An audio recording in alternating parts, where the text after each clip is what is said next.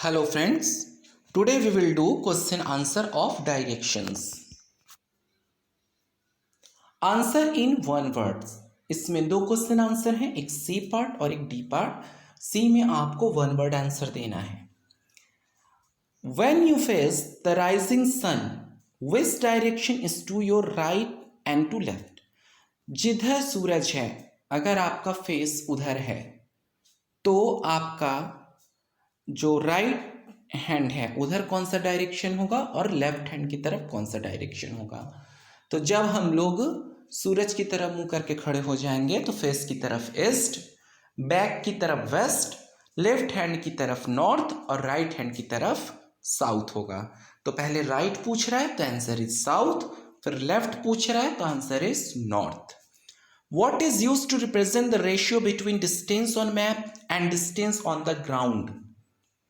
Map के में जो डिस्टेंस हम लोग दिखाते हैं, भाई एरिया तो बहुत बड़ा है। इतनी बड़ी चीज को छोटे से पेपर में अगर दिखाना होता तो हम लोग स्केल लेते हैं कि 10 kilometre is equal to 1 millimetre, और फिर हम लोग मैप में दिखाते हैं। अगर मैप में यहां से यहां तक की इतनी डिस्टेंस है तो रियल में ये यहां से यहां तक की डिस्टेंस होगी, तो वो हम लोग स्केल लेते हैं। तो correct answer is scale. Third, what is the book of maps called?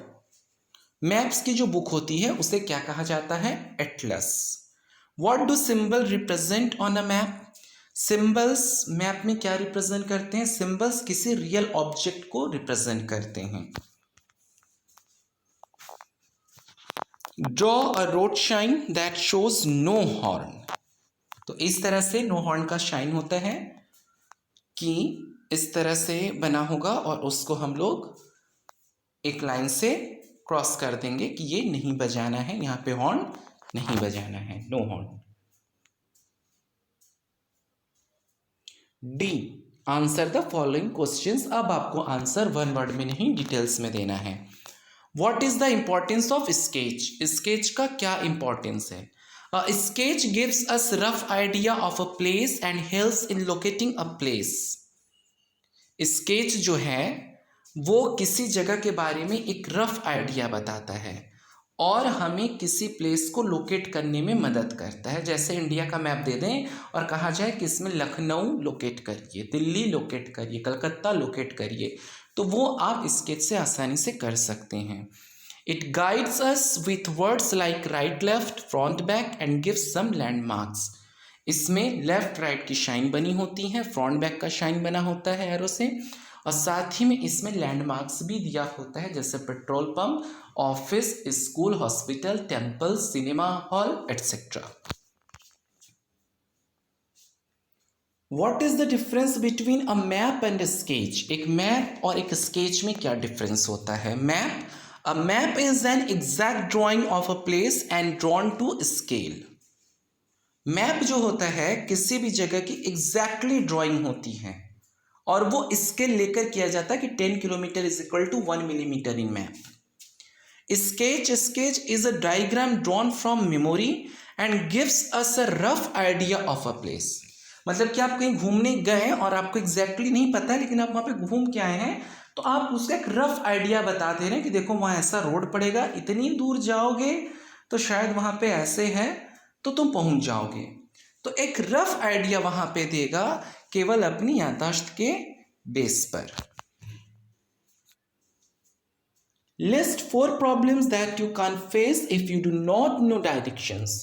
कोई 4 प्रॉब्लम लिखिए जो आप फेस करेंगे अगर आप डायरेक्शंस नहीं जानते कि आपको कहाँ जाना है, किधर जाना है। Then 1, we can waste our time to reach our destination. हमें जहाँ तक पहुँचना है वहाँ तक पहुँचने में हम अपना समय बर्बाद कर सकते हैं इधर उधर अगर भटक गए तो। 2, it is difficult to tell someone about our position. अगर किसी ने आपको फ़ोन करके पूछ भी लिया कि भैया आप कहाँ हो, तो हम पहचानते ही नहीं कि हम कहाँ हैं, किस डायरेक्शन में हैं, तो हम बता भी नहीं पाएंगे कि हम कहाँ हैं। 3, once lost it is difficult to find the right track. और अगर एक बार कहीं भटक गए बिना डायरेक्शन जाने कि हमें जाना कहीं और था और कहीं दूसरी जगह चले गए तो सही जगह पर आने में बहुत दिक्कत होती है। 4, it would be difficult to explore new places. और यह नई जगहों पर जाना, उसे एक्सप्लोर करना, उसके बारे में जानना, घूमना फिरना, कुछ भी करना बहुत डिफिकल्ट होता है। What do you understand by the language of a map? Map की भाषा होती है एक मैप बनाने के लिए, जैसे हम लोग लिखने के लिए अक्षर यूज करते हैं, वैसे मैप बनाने के लिए एक लैंग्वेज का इस्तेमाल किया जाता है। उससे आप क्या समझते हैं?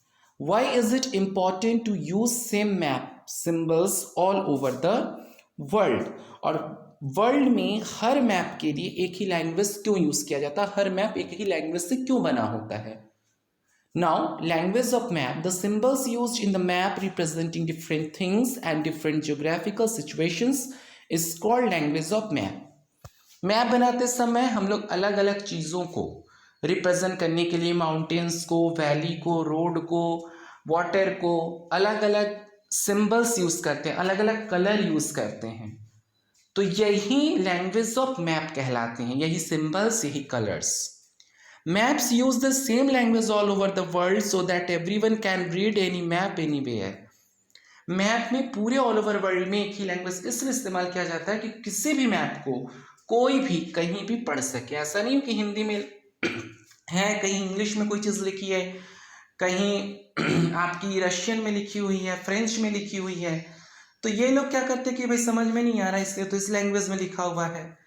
तो इसीलिए मैप की जो लैंग्वेज है उसको कॉमन किया गया पूरे ऑल ओवर वर्ल्ड में कि कोई भी मैप हो उसे हर कोई पढ़ सके, चाहे वो किसी भी देश का, किसी भी स्टेट का सिटीजन हो। Okay. 5. How will you find different directions if you do not have a compass? आपके पास कॉम्पस नहीं है, घड़ी नहीं है, मोबाइल नहीं है और आप कहीं चले गए हैं, आप कैसे पता करेंगे कि डायरेक्शंस क्या है? तो अगर दिन है तो हम लोग सन का इस्तेमाल करेंगे, ठीक है, उसकी परछाई को देखकर, किसी चीज़ को देखकर कि हाँ ये दोपहर का टाइम है और सूरज इधर है, शाम का टाइम है, अगर सूरज इधर है तो देन दैट इज वेस्ट, और ये ईस्ट से वेस्ट की तरफ जा रहा है। अगर दोपहर का टाइम है तो मॉर्निंग में सूरज जिधर है दैट इज ईस्ट।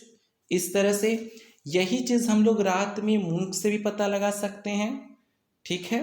और अगर नहीं है तो पिजन उड़ाकर भी हम लोग डायरेक्शन को पा सकते हैं। जो पुराने ज़माने में बड़े बड़े नाविक समुद्रों में जब खो जाते थे, डायरेक्शन का पता नहीं चलता था, तो वो पिजन को उड़ाते थे और कबूतर जिधर जाता था तो उसे पता चल जाता था कि जाने का डायरेक्शन ये है और वहाँ हमें किनारा मिल सकता है। Thank you for watching.